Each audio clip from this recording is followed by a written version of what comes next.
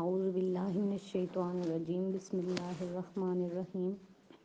اللہم صلی علی محمد وعلی آل محمد کما صلیت علی ابراہیم وعلی آل ابراہیم انک حمید مجید اللہم بارک علی محمد وعلی آل محمد کما بارکت علی ابراہیم وعلی آل ابراہیم انک حمید مجید رب اشرح لی صدری ویسر لی امری واحلل عقدۃ من لسانی یفقہوا قولی۔ آج ہم پہلا سبق شروع کریں گے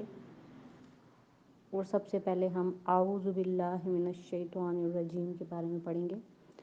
اعوذ باللہ من الشیطان الرجیم کے معنی ہیں میں شیطان مردود سے اللہ کی پناہ مانگتا ہوں۔ اللہ پاک سورہ نحل میں فرماتے ہیں پھر جب آپ قرآن پڑھنے لگیں تو شیطان مردود سے اللہ کی پناہ مانگ لیا کریں۔ اس آیت کی اگر ہم تفسیر کریں یا اس آیت کو سمجھیں تو اس سے مراد یہ ہے کہ جب بھی ہم نے قرآن پاک کی تلاوت کرنی ہے تو اعوذ باللہ من الشیطان الرجیم پڑھنا بہت ضروری ہے۔ دوران تلاوت اگر ہم کسی سے بات کرتے ہیں اور دوبارہ سے جب تلاوت قرآن شروع کرتے ہیں تو اعوذ باللہ من الشیطان الرجیم پڑھنا بہت ضروری ہے۔ اکثر ہم لوگ ایسے کرتے ہیں کہ جب ہم قرآن پاک کی تلاوت کر رہے ہوں درمیان میں کسی سے بات کریں اور بسم اللہ الرحمن الرحیم پڑھ کے ہم شروع کر دیتے ہیں تلاوت، نہیں، اعوذ باللہ من الشیطان الرجیم کا پڑھنا بہت ضروری ہے۔ اس کے علاوہ اعوذ باللہ من الشیطان الرجیم جو ہے شیطان کے مقابلے میں ہمارے پاس سب سے مضبوط اور سب سے طاقتور ترین ہتھیار ہے۔ جو بھی شخص فجر کی نماز کے بعد 10 بار اعوذ باللہ من الشیطان الرجیم پڑھ لیتا ہے پورا دن شیطان کے حملوں سے انشاءاللہ اس کی حفاظت ہو جاتی ہے، اور جو مغرب کی نماز کے بعد 10 بار دوبارہ پڑھتا ہے تو رات سے لے کر صبح تک اس کی شیطان مردود سے حفاظت فرما دیتے ہیں اللہ پاک۔ یہ ہے تو بہت مشکل وظیفہ کیونکہ شیطان نہیں چاہتا کہ اس سے ہماری حفاظت ہو جائے، لیکن اس کو انشاءاللہ ہم نے اپنی زندگیوں میں لازمی کرنا ہے۔ ٹھیک ہے جی۔ اس کے بعد بسم اللہ الرحمن الرحیم، شروع اللہ کے نام سے جو سب پر مہربان ہے اور بہت مہربان ہے۔ عربی کے قاعدے سے رحمان کے معنی وہ ذات جس کی رحمت بہت وسیع ہو، یعنی اس رحمت کا فائدہ سب کو پہنچتا ہو، اور رحیم کے معنی ہے وہ ذات جس کی رحمت بہت زیادہ ہو، یعنی جس پر وہ مکمل ہو۔ رحمان کے معنی کیا ہے کہ رحمت بہت وسیع ہے اور اس کی رحمت کا فائدہ سب کو پہنچتا ہے، اور رحیم کے معنی وہ ہیں کہ جس کی رحمت بہت زیادہ تو ہے لیکن جس پر ہے وہ مکمل طور پر ہے، جس سے مومن کافر سب فیضیاب ہو کر رزق پاتے ہیں، دنیا کی نعمتوں سے فائدہ اٹھاتے ہیں، اور آخرت میں اگرچہ کافروں پر رحمت نہیں ہوگی لیکن جس کسی پر ہوگی وہ مومنوں پر ہوگی اور مکمل ہوگی۔ یعنی رحمان کا صیغہ جو ہے دنیا میں کافروں کے اوپر بھی آتا ہے کہ اللہ تعالیٰ ان پر رحم فرمائیں گے، اور رحیم جو ہے جو رحیم صفت اللہ پاک کی وہ صرف مومنوں پر ہوگی کہ دنیا اور آخرت دونوں میں ان کو اللہ پاک رحمتوں میں رکھیں گے، اور اللہ پاک ان پر اپنی مومنوں پر اپنی رحمتیں جو ہیں وہ مکمل فرما دیں گے۔ الحمدللہ رب العالمین، تمام تعریفیں اللہ کے لیے ہیں جو تمام جہانوں کا پروردگار ہے۔ اب تمام تعریفیں کیا ہیں؟ تمام تعریفیں اللہ کے لیے ہیں۔ اب اس کا کیا مطلب ہے؟ اس کا مطلب یہ ہے کہ ہم اس دنیا میں جس بھی چیز کی تعریف کریں گے، خواہ وہ کسی انسان کی ہوگی، وہ کسی انسان کی تخلیق کردہ چیز کی ہوگی، یا وہ قدرتی کوئی چیز جو تخلیق ہوئی ہوئی ہے اس کی ہوگی، جس بھی چیز کی ہم تعریف کریں گے وہ بالآخر تعریف اللہ پاک کی ہی ہوگی۔ یعنی جیسے اگر ہم کسی عمارت کی تعریف کریں تو حقیقت میں وہ بھی اس کے بنانے والے کی تعریف ہوتی ہے، اور جو بنانے والا ہے اس کو اللہ پاک نے بنایا ہے تو ظاہر ہے وہ تعریف جو ہے وہ آخر میں اللہ پاک کی طرف ہی جاتی ہے۔ اور رب العالمین کا مطلب کیا کہ صرف اس دنیا کا رب نہیں ہے اللہ پاک جس میں ہم رہ رہے ہیں، جتنے بھی عالم اللہ پاک نے بنائے ہیں ان سب کا رب ہے، پالنے والا ہے۔ الرحمن الرحیم، جو سب پر مہربان ہے اور بہت ہی رحم فرمانے والا ہے۔ مالک یوم الدین، جو روز جزا کا مالک ہے۔ روز جزا کا مطلب ہے وہ دن جب تمام بندوں کو ان کے دنیا میں کیے ہوئے اعمال کا بدلہ دیا جائے گا۔ یوں تو روز جزا سے پہلے بھی کائنات کی ہر چیز کا اصلی مالک اللہ تعالیٰ ہے، لیکن یہاں خاص طور پر روز جزا کے مالک ہونے کا ذکر اس لیے کیا گیا کہ دنیا میں اللہ تعالیٰ نے ہی انسانوں کو بہت سی چیزوں کا مالک بنایا ہوا ہے۔ یہ ملکیت اگرچہ ناقص اور عارضی ہے، تاہم ظاہری صورت کے لحاظ سے ملکیت ہی ہے، لیکن قیامت کے دن جب جزا اور سزا کا مرحلہ آئے گا تو یہ ناقص اور عارضی ملکیتیں بھی ختم ہو جائیں گی۔ اس وقت ظاہری ملکیت بھی اللہ تعالیٰ کے سوا کسی کی نہ ہوگی۔ ایاک نعبد و ایاک نستعین، اے اللہ ہم صرف تیری ہی عبادت کرتے ہیں اور تجھی سے مدد مانگتے ہیں۔ اب آپ اس آیت کو اگر غور کریں اس پر تو بہت ہی جامع آیت ہے،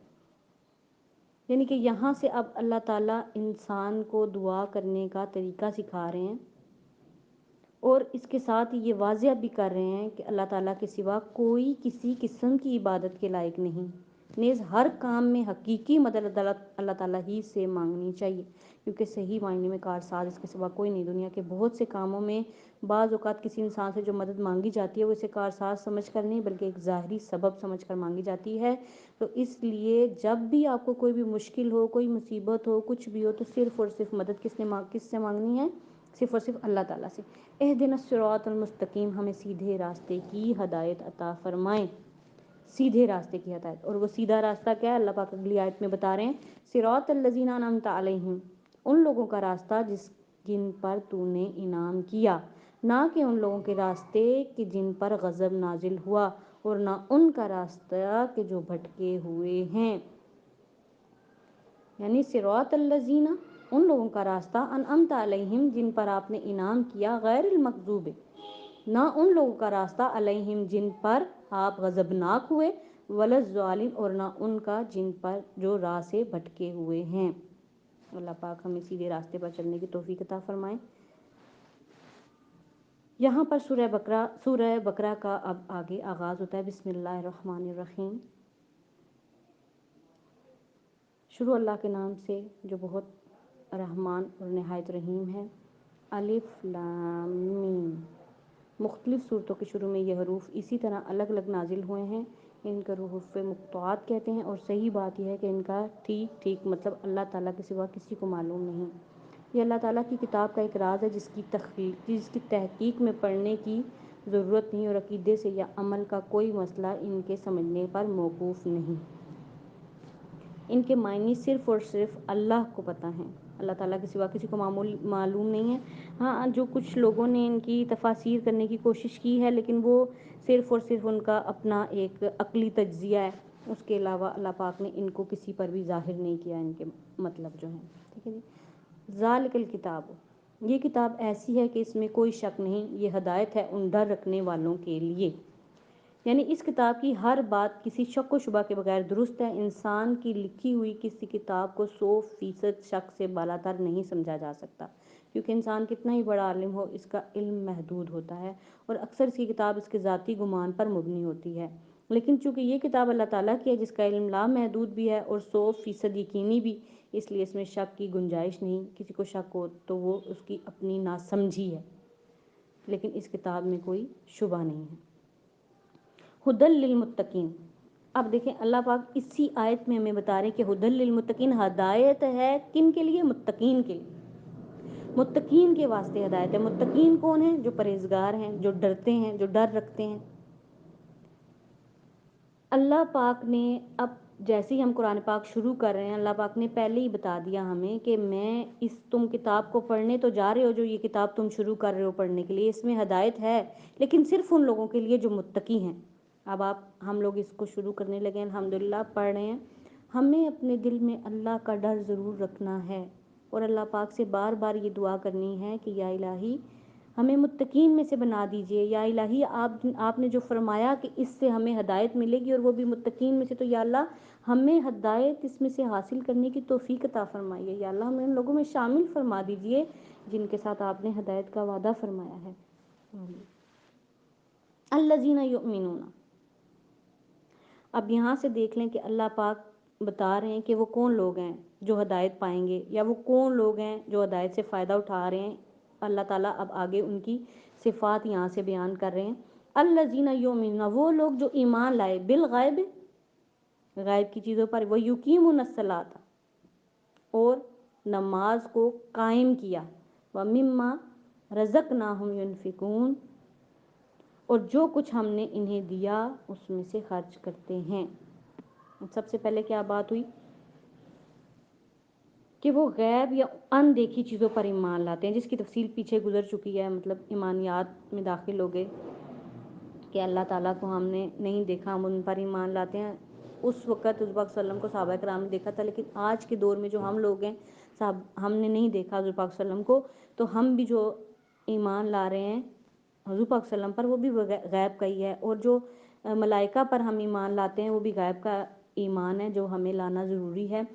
اور نماز قائم کرتے ہیں، نماز قائم کرنے سے مراد یہ ہے کہ اب دیکھیں یہاں پر یہ نہیں کہا گیا کہ نماز پڑھتے ہیں، کہا گیا نماز قائم کرتے ہیں۔ نماز کو قائم کرنے کا مطلب یہ ہے کہ وقت مقررہ پر نماز کو ادا کیا جائے، خشوع و خضوع کے ساتھ ادا کیا جائے، اپنی جو لباس ہے ہمارا وہ پاک ہو، مطہر ہو، جو ہمارا جسم ہے وہ پاک صاف ہو، جو جہاں پر ہم نماز پڑھ رہے ہیں وہ پاک صاف ہو، ہمارا دل اندر سے پاک صاف ہو، ہماری روح پاک صاف ہو، اللہ کے حضور جب ہم کھڑے ہوں تو ہمیں پتہ ہو کہ ہمارے رب کی شان کیا ہے جس کے سامنے ہم کھڑے ہیں اور اللہ تعالیٰ سے بات کر رہے ہیں۔ یہ چیزیں سب ہمیں اپنے ذہن میں رکھ کے جب نماز پڑھنا ہے تو وہ نماز کو قائم کرنا ہے، ٹھیک ہے جی۔ تو نماز کو قائم کرنے کا اللہ پاک نے حکم دیا ہے، اور یہ کہ اللہ پاک نے جو ہمیں دیا، کچھ جو بھی دیا، رزق کچھ بھی ہو سکتا ہے، رزق صرف یہ نہیں ہے کہ جو ہم نے کھانا پینا ہے، ہماری روح کی جو خوراک ہے وہ بھی رزق ہے۔ روح کی خوراک کیا ہے؟ ہمارا علم، جو ہم علم حاصل کرتے ہیں وہ بھی دوسروں تک پہنچائیں، جو ہمیں اللہ پاک نے مال و دولت کی صورت میں دیا ہے وہ بھی لوگوں کو دیں، جو ہمارے اچھے اعمال ہیں، جو ہمارے اخلاق ہیں وہ بھی ہم لوگوں کے ساتھ بانٹیں، لوگوں کے ساتھ اچھے اخلاق سے پیش آئیں۔ یہ سب بھی اللہ تعالیٰ کی خوشنودی کے میں ہم خرچ کرتے ہیں، اپنی ہمت خرچ کرتے ہیں، ہم اپنی طاقت خرچ کرتے ہیں لوگوں کے لیے، اللہ تعالیٰ کے لیے، اللہ کی راہ میں۔ یہ سب چیزیں ہمیں اللہ پاک اس کا حکم دے رہے ہیں کہ جو کچھ بھی ہم نے تمہیں عطا کیا ہے اس میں سے وہ خرچ کرتے ہیں۔ والذین یؤمنون بما انزل الیک، اور جو ان پر وحی آئی اس پر ایمان لاتے ہیں، اور اس پر بھی جو اس سے پہلے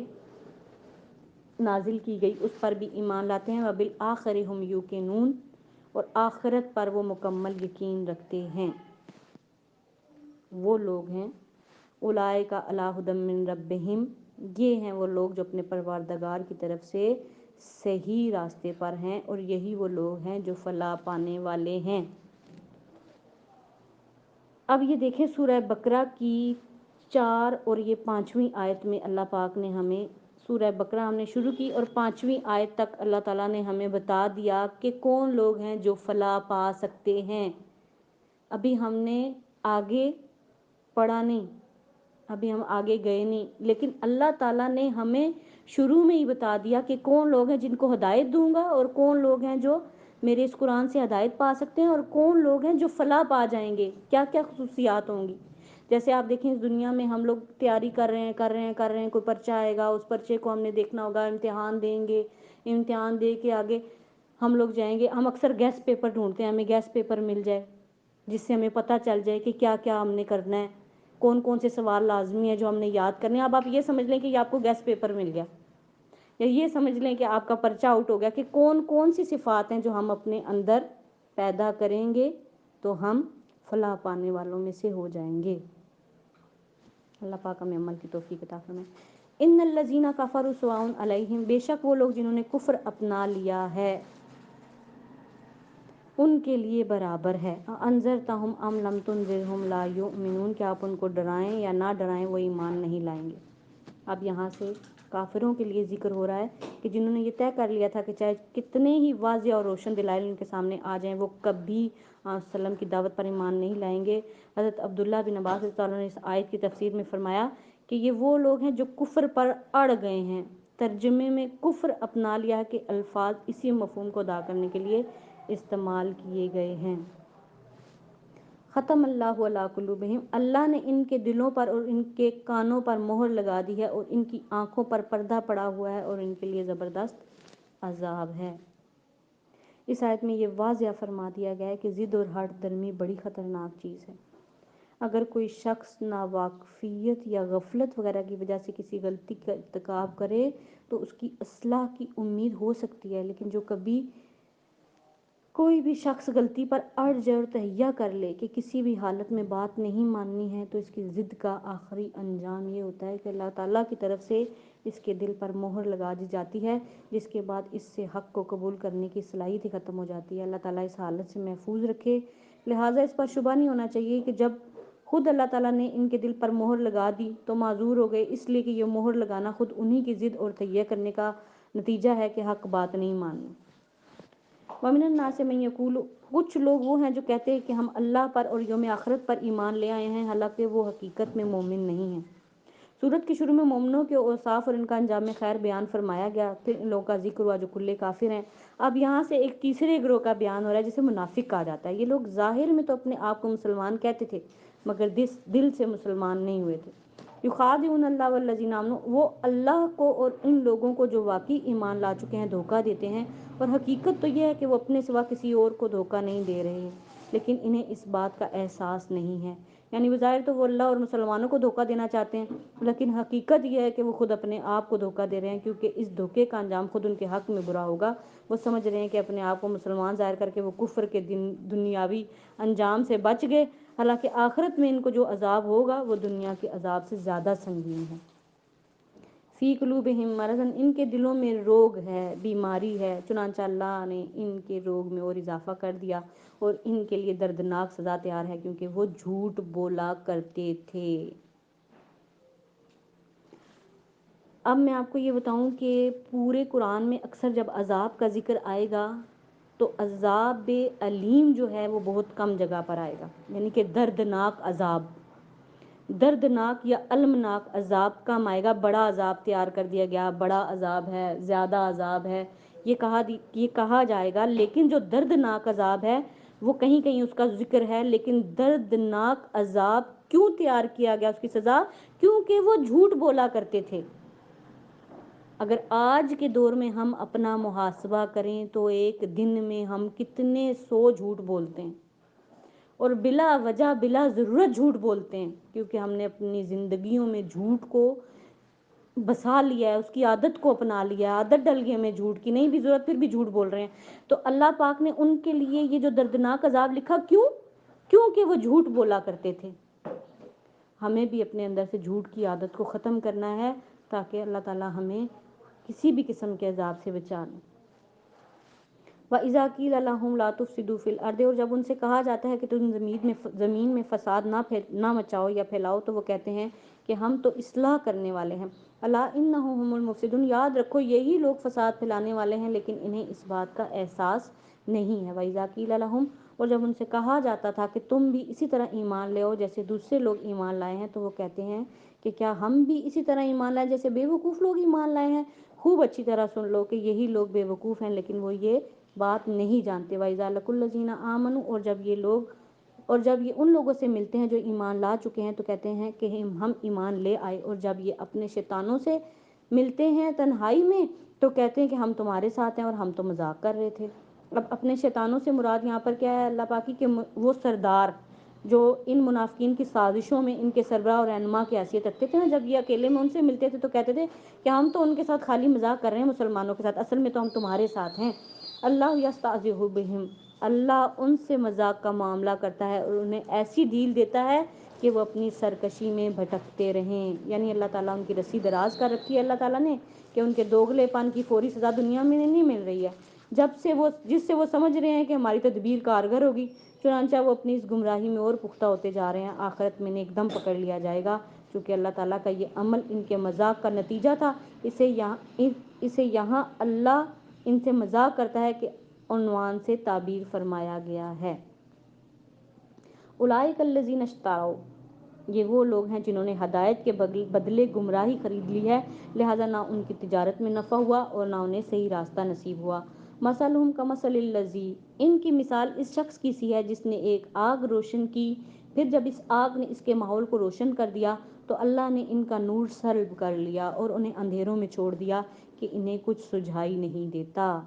یہاں سے ان منافقوں کی مثال دی جا رہی ہے جو اسلام کے واضح دلائل سامنے آنے کے باوجود نفاق کی گمراہی میں پھنسے رہے۔ اسلام کے واضح دلائل کو آگ کی روشنی سے تشبیہ دی گئی ہے کہ جس طرح اس روشنی سے ماحول کی چیزیں صاف نظر آنے لگتی ہیں، اسی طرح اسلام کے دلائل سے حقیقت ان پر واضح ہو گئی، لیکن پھر ضد اور عناد کی وجہ سے اللہ تعالیٰ نے یہ روشنی ان سے سلب کر لی اور وہ دیکھنے کی قوت سے محروم ہو گئے۔ سم بکم عمیٌ، وہ بہرے ہیں، گونگے ہیں، اندھے ہیں، چنانچہ اب وہ واپس نہیں آئیں گے۔ او کصیب من السماء، یا پھر ان منافقوں کی مثال ایسی ہے جیسے آسمان سے برستی ایک بارش ہو جس میں اندھیریاں بھی ہوں اور گرج بھی اور چمک بھی۔ وہ کڑکوں کی آواز پر موت کے خوف سے اپنی انگلیاں اپنے کانوں میں دے لیتے ہیں، اور اللہ نے کافروں کو گھیرے میں لے رکھا ہے۔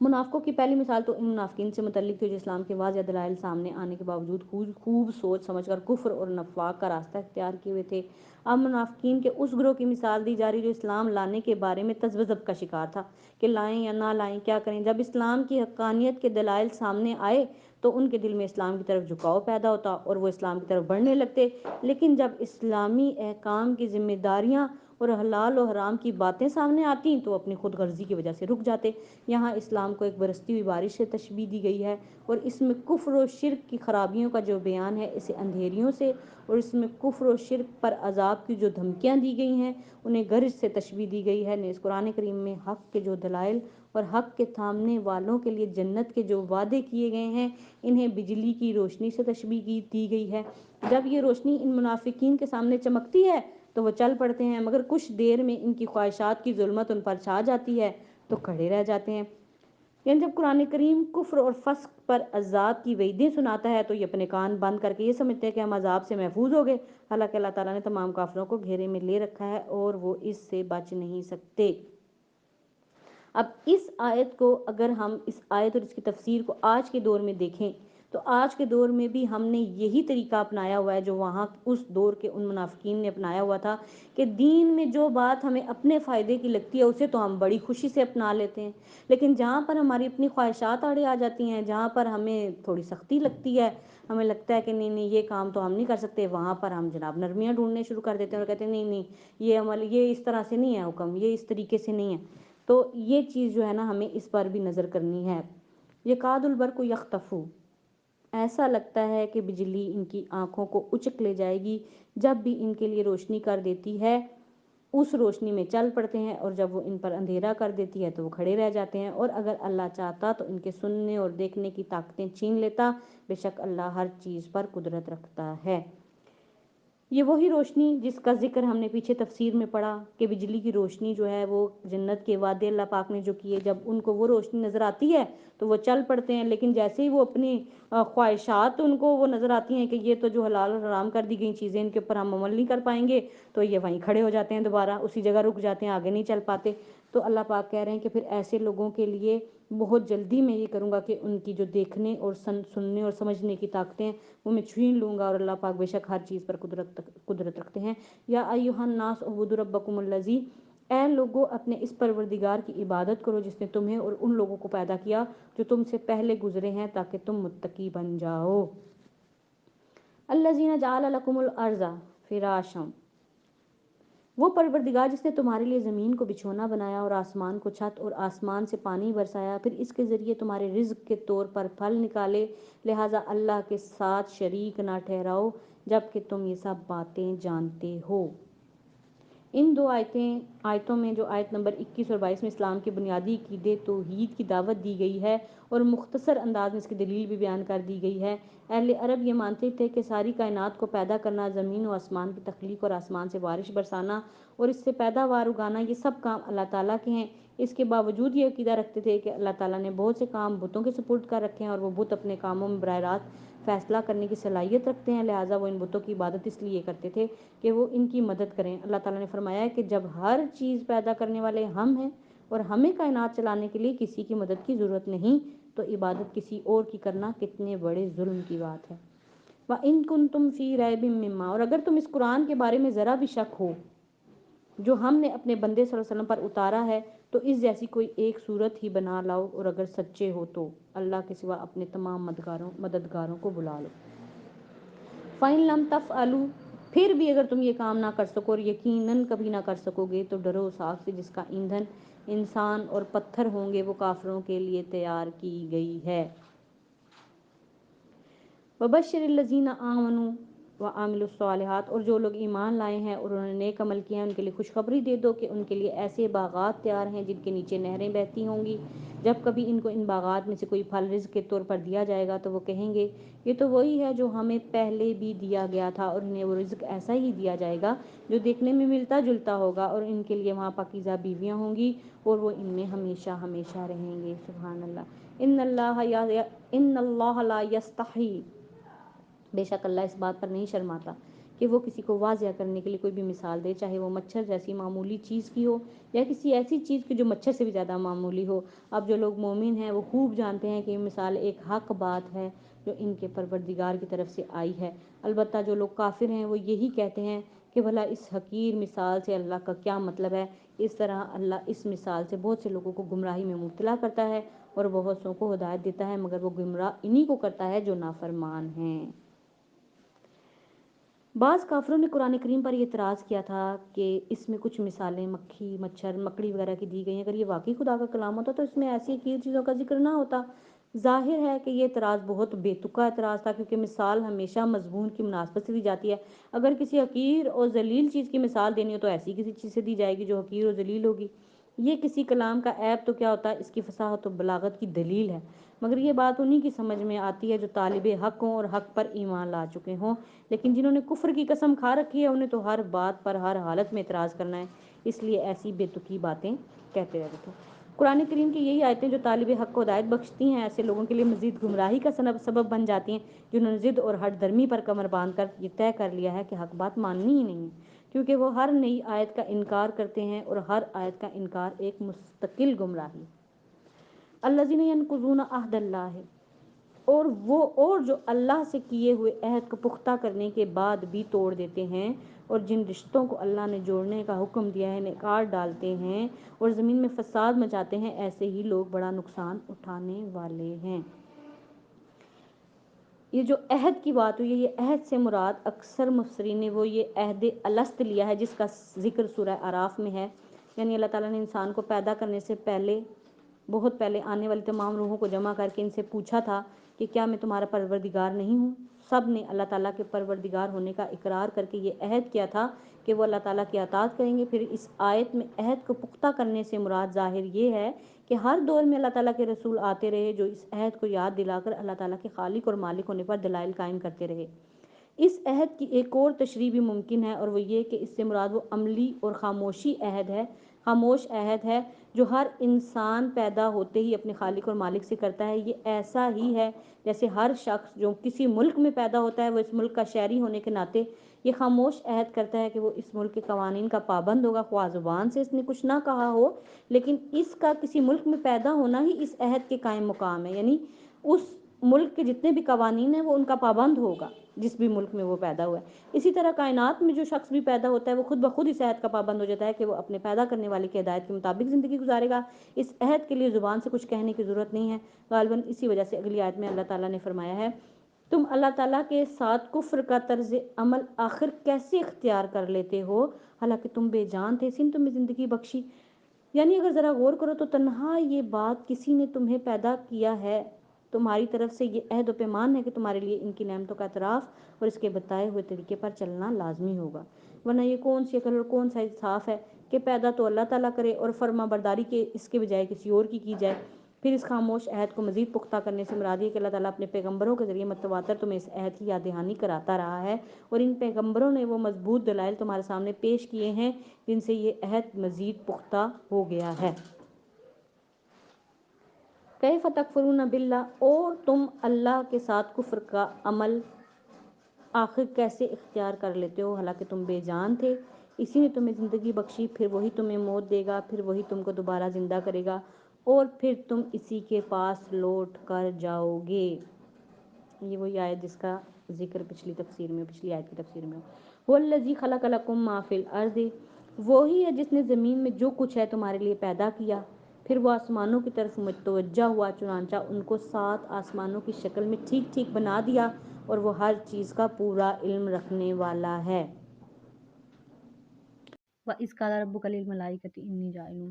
اور اس وقت کا تذکرہ سنو جب تمہارے پروردگار نے فرشتوں سے کہا کہ میں زمین میں ایک خلیفہ بنانے والا ہوں۔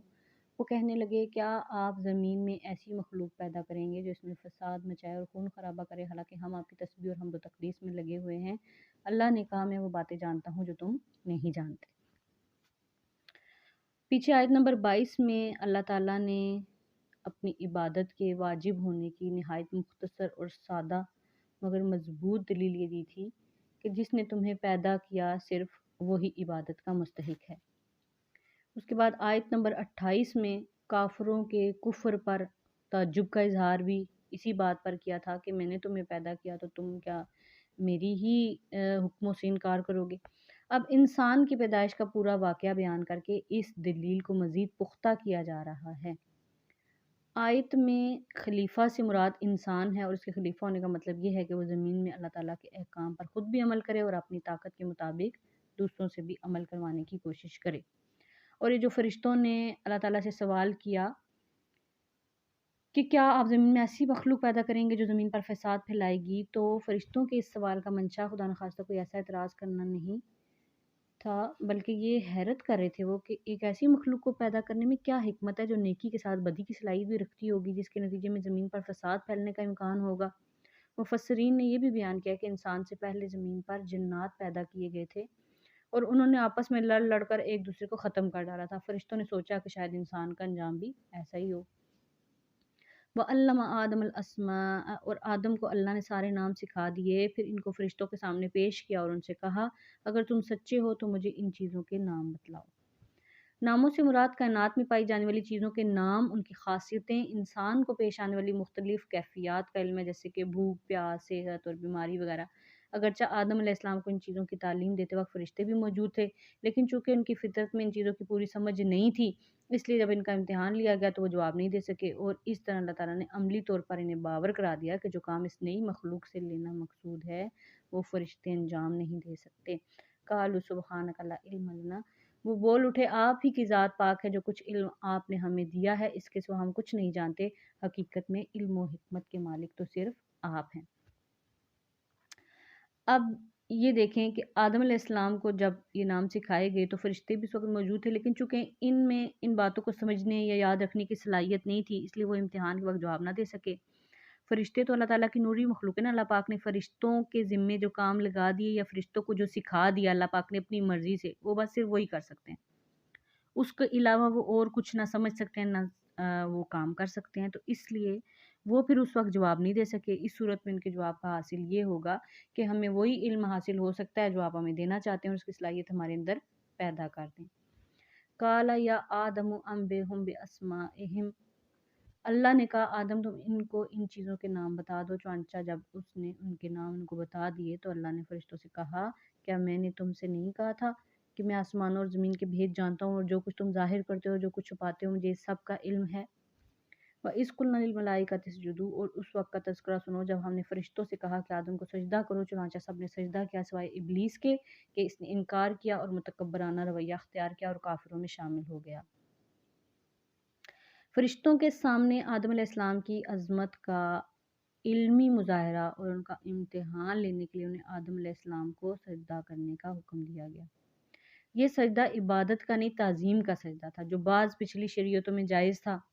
بعد میں اللہ پاک نے تعظیم کے لیے بھی اس کو سجدہ کرنے کی سختی سے ممانعت کر دی گی تاکہ شرک کا کوئی بھی شبہ نہ رہے۔ تعظیماً بھی آپ سجدہ نہیں کر سکتے کسی کو، پہلی جو شریعتیں ان میں اجازت تھی، پھر اس کے بعد اللہ پاک نے بالکل اس سے ممانعت کر دی گی کہ آپ کسی کو بھی سجدہ نہیں ہو سکتا۔ اللہ پاک فرماتے ہیں نا کہ اگر میں سجدہ کرنے کا حکم دیتا تو بیوی کو حکم دیتا کہ وہ اپنے شوہر کو سجدہ کرے، لیکن اللہ پاک نے منع کر دیا تعظیمی سجدہ بھی۔ یہ سجدہ کروانا اس بات کا بھی مظاہرہ تھا کہ فرشتوں کو اس بات کی تلقین کی جا رہی ہے کہ کائنات میں جو چیزیں ان کے اختیار میں دی گئی ہیں وہ انسان کے لیے مسخر کر دی جائیں، تاکہ یہ دیکھا جائے کہ وہ ان کو صحیح استعمال کرتا ہے یا غلط۔ اگرچہ براہ راست سجدے کا حکم فرشتوں کو دیا گیا تھا مگر اس میں تمام جاندار مخلوقات بھی شامل تھیں، لہٰذا ابلیس جو جنات میں تھا اس پر بھی اس حکم کی تعمیل لازم تھی۔ لیکن جیسا کہ خود قرآن کریم نے دوسری جگہ بیان فرمایا ہے سورہ اعراف میں آیت نمبر 22 میں کہ وہ اللہ تعالیٰ سے کہنے لگا کہ مجھے تو نے آگ سے پیدا کیا اور آدم کو مٹی سے، اس لیے میں اس سے افضل ہوں، میں اسے کیوں سجدہ کروں۔ اس واقعے سے دو سبق ملتے ہیں کہ اپنے آپ کو بذات خود دوسروں سے بڑا سمجھنا اور اپنی بڑائیاں بگھارنا کتنا بڑا گناہ ہے، اور دوسرا سبق یہ ہے کہ جب اللہ تعالیٰ کی طرف سے کوئی واضح حکم آ جائے تو بندے کا کام یہ ہے کہ اس حکم کو دل و جان سے بجا لائے، چاہے اس کی حکمت اور فائدہ سمجھ میں آئے یا نہ آئے، لیکن کرنا وہی ہے جو اللہ پاک نے حکم دے دیا۔ ایسا نہیں کرنا کہ اللہ پاک نے کچھ تو حکم دے دیے جن کو ہم جو ہے نا ہمارے وہ مرضی کے مطابق ہیں ان کو ہم مان لیں، اور جو حکم ایسے ہیں جن میں ہمارا کوئی فائدہ نہیں، جس میں ہمیں کوئی سمجھ نہیں آ رہی بات، تو وہ ہم جو ہے نا اس کو چھوڑ دیں۔ ایسا نہیں کرنا، دل و جان سے اللہ پاک کے ہر حکم کو ہمیں ماننا ہے۔ وَقُلْنَا يَا آدَمُ اسْكُنْ أَنْتَ وَزَوْجُكَ،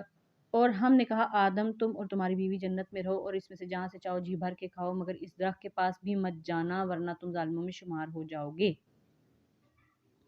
اب اس چیز پر یہ دیکھیں اختلاف ہے کہ کون سا درخت تھا جس کے پاس اللہ پاک نے منع کیا۔ قرآن کریم نے اس کی وضاحت نہیں فرمائی، کہیں پر بھی قرآن کریم میں اس چیز کی وضاحت نہیں کہ وہ درخت کون سا تھا، اور اس کے جاننے کی ضرورت ہے، اتنا جان لینا کافی ہے۔ ضرورت تو نہیں ہے کسی کو بھی اس کے جاننے کی کون سا درخت تھا، بس اتنا جان لینا کافی ہے کہ جنت کے درختوں میں سے ایک درخت ایسا تھا جس کا پھل کھانے سے انہیں روک دیا گیا تھا۔ بعض روایات میں ہے کہ یہ گندم کا درخت تھا، بعض میں انگور کا، مگر کوئی روایت ایسی نہیں جس پر پورا بھروسہ کیا جا سکے۔ فَأَزَلَّهُمَا الشَّيْطَانُ، پھر ہوا یہ کہ شیطان نے ان دونوں کو وہاں سے ڈگمگا دیا اور جس عیش میں وہ تھے اس سے انہیں نکال کر رہا، اور ہم نے آدم، ان کی بیوی اور ابلیس سے کہا اب تم سب یہاں سے اتر جاؤ، تم ایک دوسرے کے دشمن ہو گئے اور تمہارے لیے ایک مدت تک زمین میں ٹھہرنا اور کسی قدر فائدہ اٹھانا طے کر دیا گیا ہے۔ یعنی شیطان نے انہیں بہکا کر اس درخت کا پھل کھانے پر آمادہ کر دیا اور بہانہ یہ بنایا کہ یوں تو یہ درخت بڑا مفید ہے کیونکہ اس کو کھانے سے ابدی زندگی حاصل ہو جاتی ہے، لیکن شروع میں آپ کو اس لیے منع کیا گیا تھا کہ آپ کی جسمانی کیفیت اس کو برداشت نہ کر سکتی تھی۔ اب چونکہ آپ جنت کے ماحول کے عادی ہو گئے ہیں اور آپ کے قوی مضبوط ہو چکے ہیں، اس لیے اب وہ ممانعت باقی نہیں رہی۔ اس واقعے کی مزید تفصیل جو ہے وہ سورہ اعراف میں ہم آگے پڑھیں گے، سورہ اعراف آیت نمبر 19 تا 23 اور سورہ طٰہٰ میں بھی پڑھیں گے آیت نمبر 120 میں۔ تو وہ یعنی کہ اس نے صرف ان کو نا بہکایا اس طرح سے کہ یہ پہلے آپ کے لیے ٹھیک نہیں تھا لیکن اب آپ کے لیے یہ صحیح ہے اور آپ اس کو جو ہے نا اب کھا سکتے ہیں۔ پہلے ممانعت تھی، اب ممانعت نہیں، شیطان نے اس طریقے سے بہکایا۔ مختلف طریقے ہیں نا شیطان کے بہکانے کے،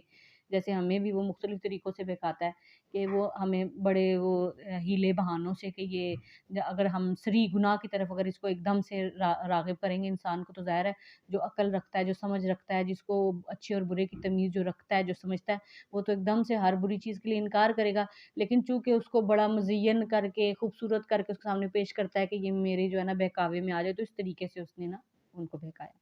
مطلب یہ ہے کہ اس واقعے کے نتیجے میں آدم علیہ السلام ان کی اہلیہ کو جنت سے اور شیطان کو آسمانوں سے نیچے زمین پر اتارنے کو حکم دے دیا گیا۔ ساتھ ہی یہ بھی بتا دیا گیا کہ انسان اور شیطان کے درمیان رہتی دنیا تک جو ہے وہ دشمنی وہ قائم رہے گی اور زمین کا یہ قیام ایک معین مدت تک ہوگا۔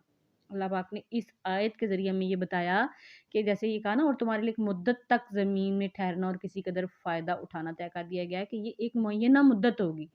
جس میں کچھ دنیاوی فائدے اٹھانے کے بعد سب کو بالآخر اللہ تعالیٰ کے پاس دربار میں پیش ہونا ہے۔ فَتَلَقَّىٰ آدَمُ مِن رَبِّهِ كَلِمَاتٍ فَتَابَ، پھر آدم نے اپنے پروردگار سے توبہ کے کچھ الفاظ سیکھ لیے جن کے ذریعے انہوں نے توبہ مانگی، چنانچہ اللہ نے ان کی توبہ قبول کر لی، بے شک وہ بہت معاف کرنے والا بڑا مہربان ہے۔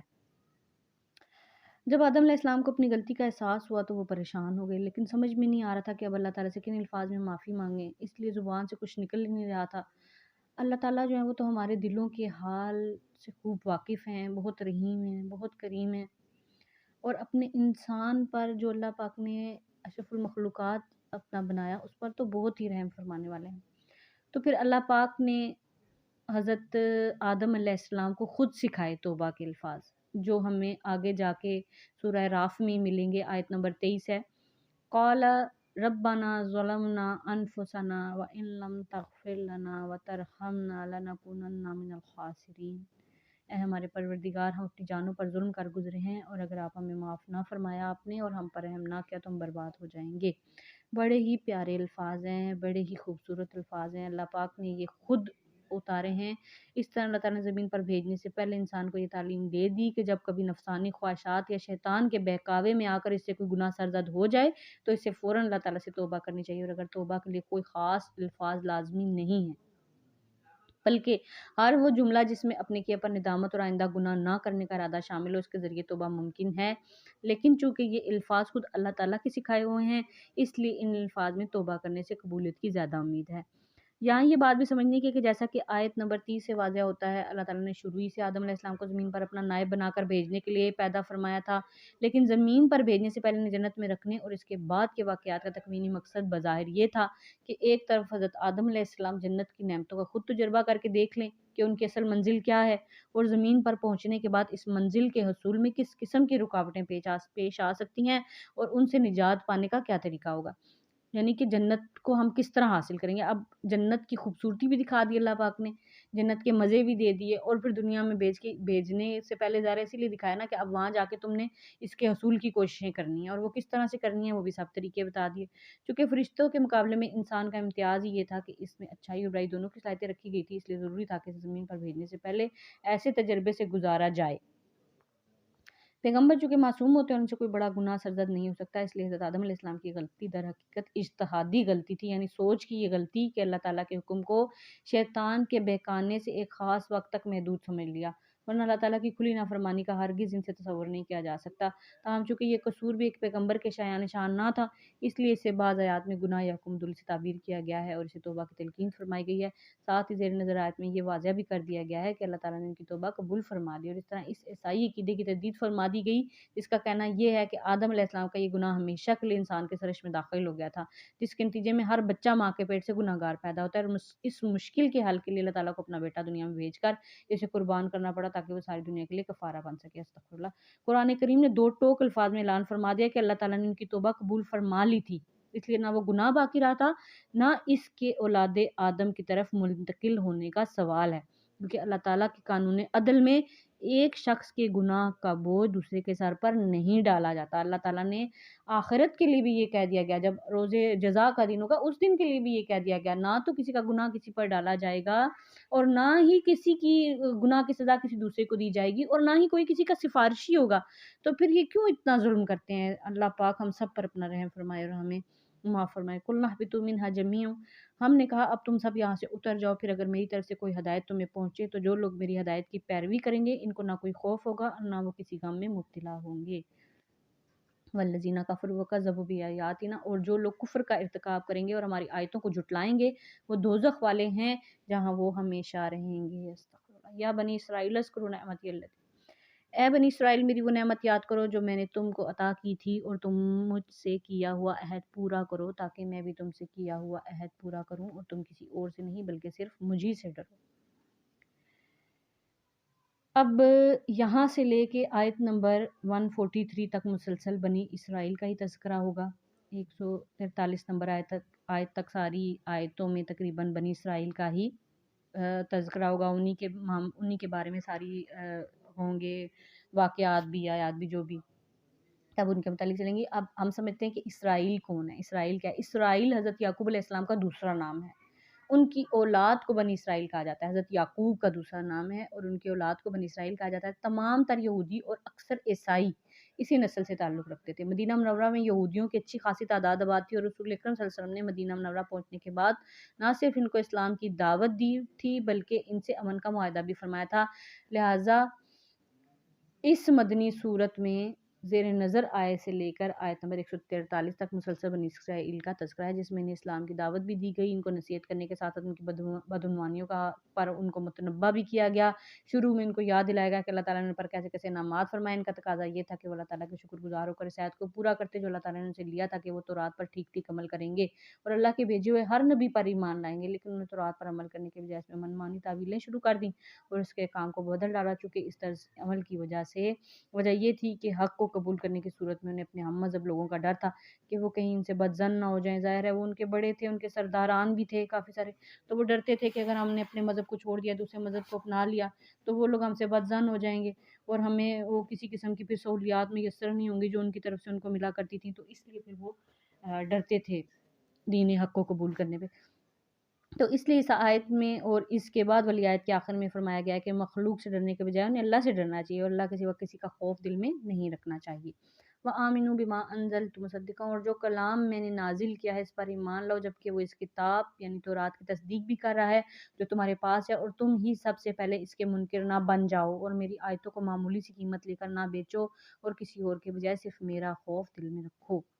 بنی اسرائیل کو یاد دلایا جا رہا ہے کہ قرآن کریم وہی دعوت لے کر آیا ہے جو تورات اور انجیل کی دعوت تھی، اور جن آسمانی کتابوں پر وہ ایمان رکھتے ہیں قرآن کریم نے جھٹلانے کے بجائے دو طرح سے ان کی تصدیق کرتا ہے۔ ایک اس لحاظ سے کہ وہ یہ تسلیم کرتا ہے کہ کتابیں اللہ ہی کی نازل کی ہوئی تھیں، اور بات ہے کہ اور بات ہے کہ بعد کے لوگوں نے ان میں کافی رد و بدل کر ڈالا، جس کی حقیقت قرآن نے واضح فرمائی ہے۔ اور دوسرے، قرآن اس حیثیت سے ان کتابوں کی تصدیق کرتا ہے کہ ان کتابوں میں آخری نبی کی تشریف آوری کی جو پیشن گوئیاں کی گئی تھیں قرآن کریم نے سچا کر دکھایا۔ اس کا تقاضا یہ تھا کہ بنی اسرائیل عرب کے بت پرستوں سے پہلے اس پر ایمان لاتے، لیکن ہو یہ رہا ہے کہ جس تیز رفتاری سے بت پرست اسلام لا رہے ہیں، اس رفتار سے یہودی ایمان نہیں لا رہے ہیں، اور اس طرح گویا بنی اسرائیل قرآن کی تکذیب کرنے میں پیش ہیں۔ اس لیے کہا گیا کہ تم ہی سب سے پہلے اس کے منکر نہ بن جاؤ۔ بعض یہودیوں کا طریقہ یہ بھی تھا کہ وہ رشوت لے کر تورات کی تشریح عام لوگوں کی خواہشات کے مطابق کر دیا کرتے تھے، اور بعض اوقات اس کے کام کو چھپا لیتے تھے۔ ان کے اس طرز عمل کی طرف اشارہ کرتے ہوئے فرمایا گیا،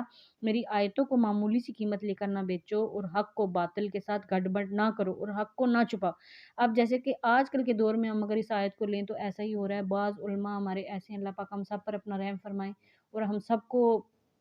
حق پر چلائیں، لوگوں کی مختلف قسم کے فتوے دے دیتے ہیں، گڑ مٹ کر دیتے ہیں باتوں کو، ادھر سے ادھر سے ادھر کر کے۔ اللہ تعالیٰ ہمیں صحیح رستے پر چلائیں۔ وَلَا تَلْبِسُوا الْحَقَّ بِالْبَاطِلِ وَتَكْتُمُوا الْحَقَّ، اور حق کو باطل کے ساتھ گڑ مٹ نہ کرو، اور نہ حق بات کو چھپاؤ جبکہ اصل حقیقت تم اچھی طرح جانتے ہو۔ وَأَقِیمُوا الصَّلَاةَ وَآتُوا الزَّکَاةَ وَارْکَعُوا مَعَ الرَّاکعِینَ، رکوع کا ذکر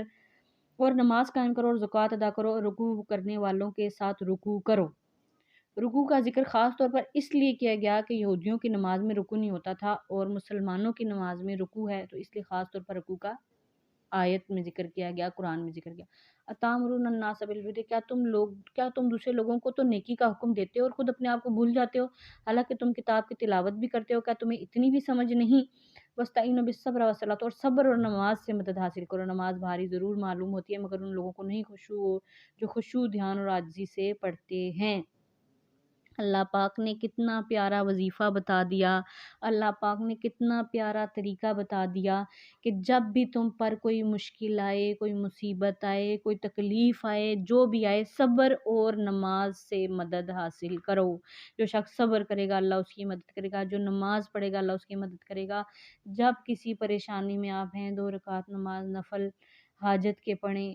توبہ کے پڑھیں، اللہ تعالیٰ کے حضور جھک جائیں، اللہ کے حضور خشوع و خضوع سے کھڑے ہو جائیں، اللہ سے ہم کلام ہو جائیں، اللہ سے بات کریں اور اپنی مشکلوں کو حل کروا لیں، اللہ تعالیٰ ان کی مدد ضرور کریں گے۔ جب اللہ پاک خود فرما رہے ہیں قرآن پاک میں صبر اور نماز سے مدد حاصل کرو، تو ضرور اللہ پاک ہماری مدد فرمائیں گے۔ جب بھی کوئی مشکل ہو، جب بھی کوئی مصیبت آئے، جب بھی کوئی تکلیف آئے، تو صبر سب سے پہلی چیز، اور اس کے بعد نماز پڑھیں اور اللہ سے مدد حاصل کریں۔ الذین یظنون،